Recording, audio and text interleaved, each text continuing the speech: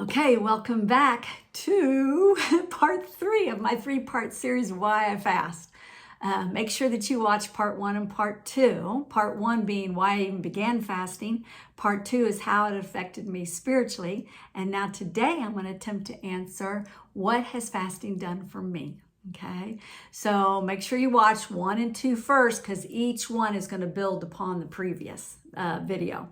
Okay, so one of the first things that came to my mind, I have lots of things, but I jotted down notes so I could stay focused here. But one of the first things that's come to mind is how we are so fearfully and wonderfully made. We are a spirit being. I wrote down here, we're a spirit being with a soul, and we live in a body. Proverbs 4:20, which a lot of us know that well, it's like we're like a fountain from the inside out. I love how Psalm 16:9 puts it. Therefore, my heart is glad, and my soul, my mind, my will, and emotions rejoices. My body, physical body, is also at rest secure. I looked up real quick for us in the Passion. I wanted to see what it said. I love how it paints such a word picture for me. But he says, my heart and soul explode with joy, full of glory. Even my body will rest confident, secure. So with fasting, one of the things that I've learned the most is the importance of entering into a fast holistically, of being able to take note of what's going on physically, mentally, emotionally, and spiritually, not just the spiritual aspect of it. Although there are times, and there has been times, that I have fasted spiritually for spiritual purposes, for breakthroughs in my life. But some of my most exciting times has been when I've embraced my whole being into a fast. And watch what God does, how he speaks to me. In my last videos, I told you how he speaks to me. I observe what's taking place in the natural, physical, and how he always speaks to me in the spiritual, parallels that for me. And so I wrote down a few things I broke it down for us, physically, mentally, emotionally, and spiritually. So what have I learned, or how has it affected me? Physically, some physical, practical ways on fasting and cleansing. I have learned, this is exciting to me, how to control my detoxification. You know, sometimes you fear of going into a fast because, you get headaches and nausea and dizziness. You know, when I first started fasting, I didn't even make it till 10 a.m. I woke up like, say, 7 or 8 or whatever time it was, 6 o'clock, whatever time it was.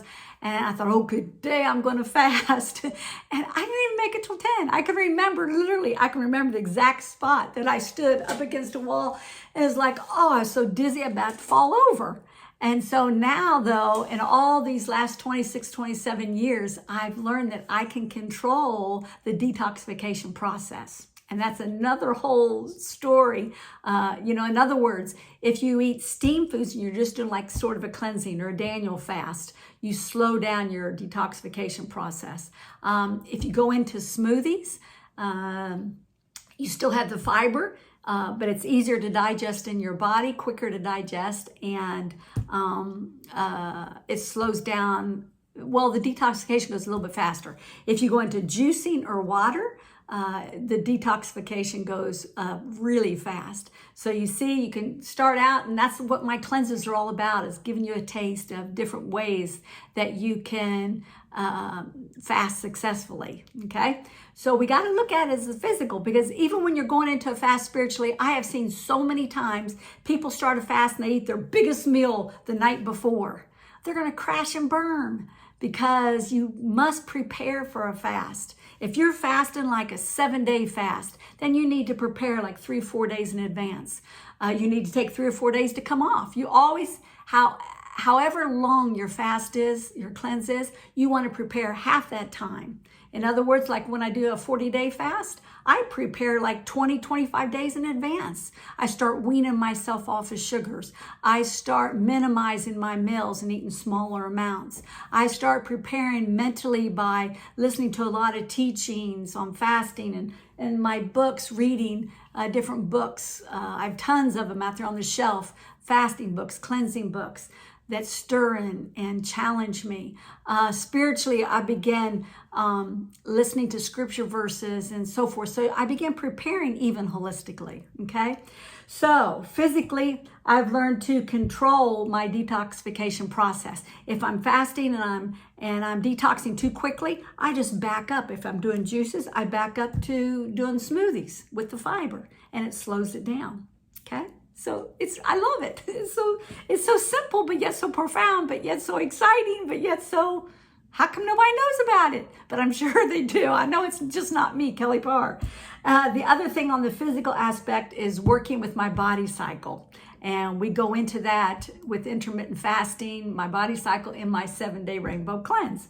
So working with my body cycle in the mornings, your body wants to eliminate. So I will either intermittent fast until noon, or I'll drink liquids or smoothies to work with my body for eliminating. Okay, so those are all some of the physical things. Oh, my nose is itching. There's all some of the physical things that take place that I have learned and what fasting has done for me. My mind, will, and emotions, my soul. Okay, you guys. That's like your mind will play games on you. You'll be in a fast a couple days and you're like, what the heck am I doing? Was I crazy? And to even begin this?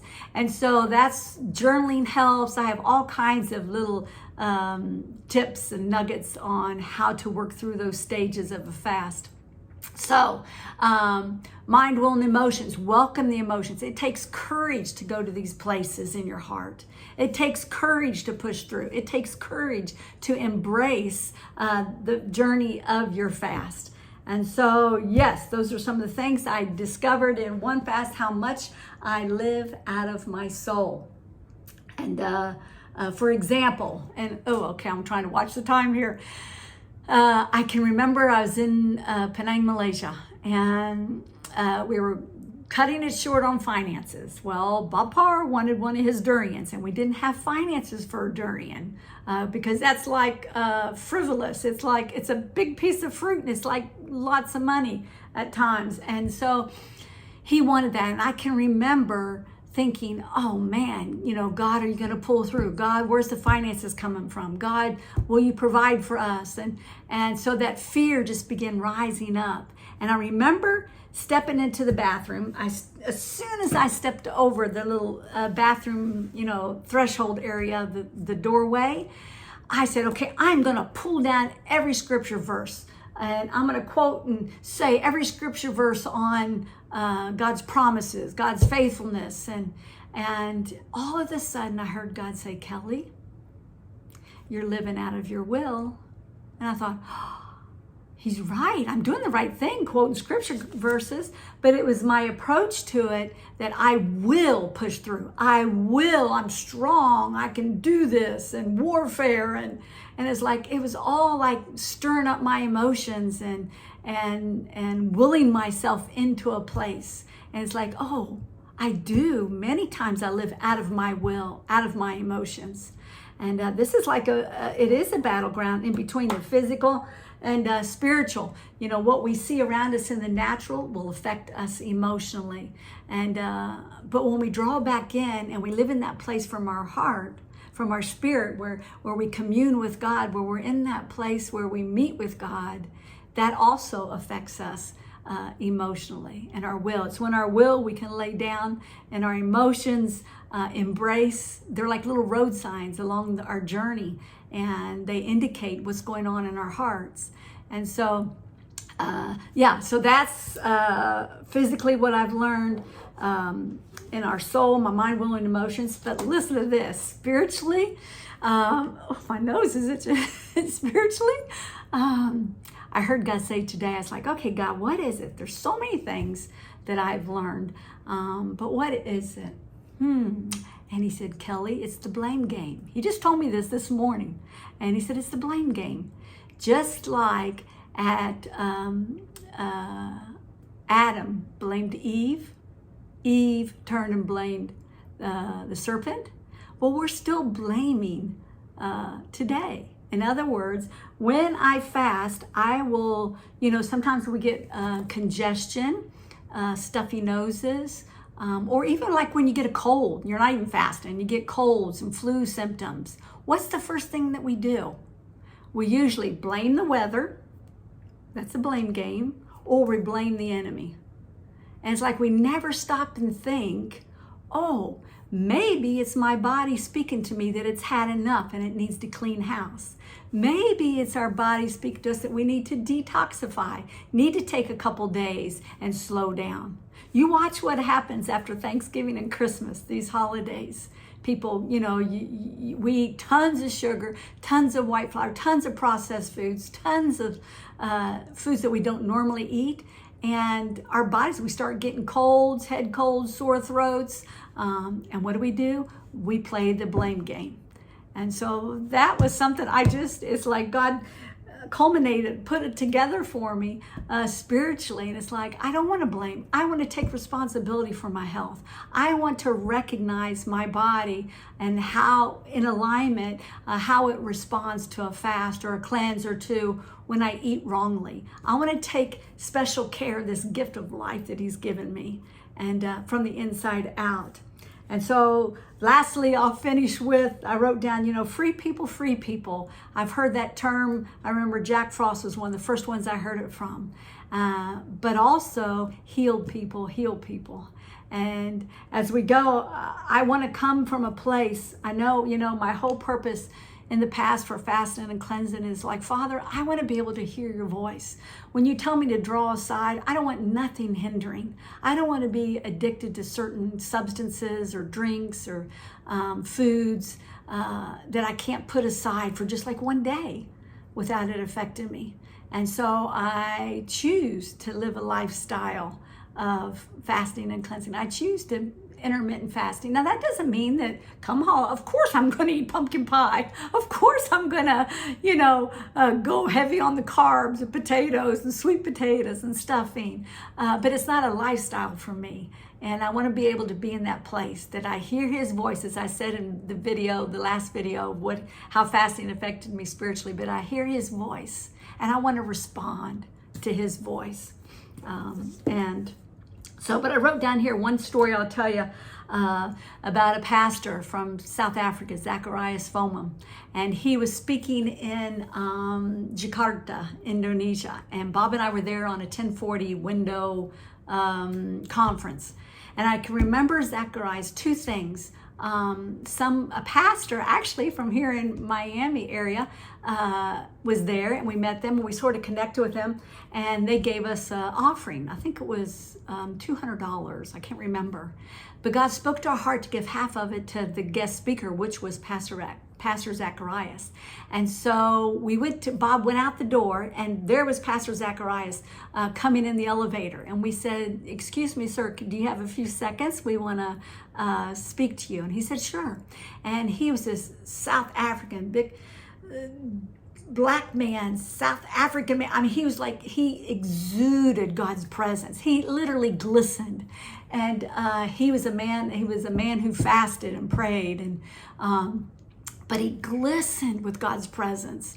And it's like, oh, I hungered for that. And so as he came into our room, we offered him the money, and he was very gracious and very thankful, and he prayed for us. But I remember him hanging on Bob's arm, and he said, "Thy work of your hands will produce leaders. Thy work of your hands would produce leaders." And as he hung on Bob's arms, he literally was on the ground, on his knees. And there was just such a humility, such a presence of him. And so it was like, that's what triggered another big monumental point on fasting and cleansing for me. But one thing he said in his meetings is he looked out into the audience. It was an audience full of missionaries. And he goes, "Most of you missionaries need to go home." And you could have heard a pin drop. Most of you missionaries need to go home. He said, "What are you multiplying?" Oh, Bob and I, after that conference, he even said, "Oh, your children will magnify your sin." I mean, he said some profound things that really knocked you back a bit. to where actually Bob and I, after that conference, we went to Tamanangrik. We went to, like, I don't know, the 36th floor, 32nd floor, whatever it was, to a friend's apartment, just a mat on the floor. And I went into an absolute fast. I just cried at night, all night long. I would sit there at the window. And even though it was like, I told God, I am so thirsty, because I was doing absolute no food, no water, 3 days. And I looked out the window and I said, God, I am so thirsty. I am so physically thirsty, but my heart, my spirit is that much even more.